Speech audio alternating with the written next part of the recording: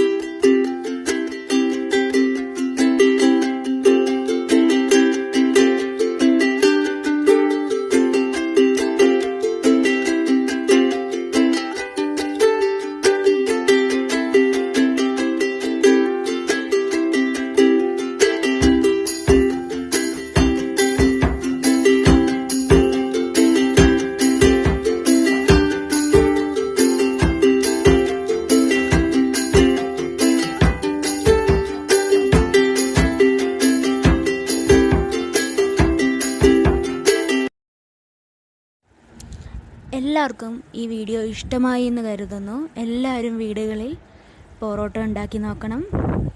അതുപോലെ തന്നെ സബ്സ്ക്രൈബ് ചെയ്യുക, ലൈക്ക് ചെയ്യുക, ഷെയർ ചെയ്യുക, സപ്പോർട്ട് ചെയ്യുക. Thank you.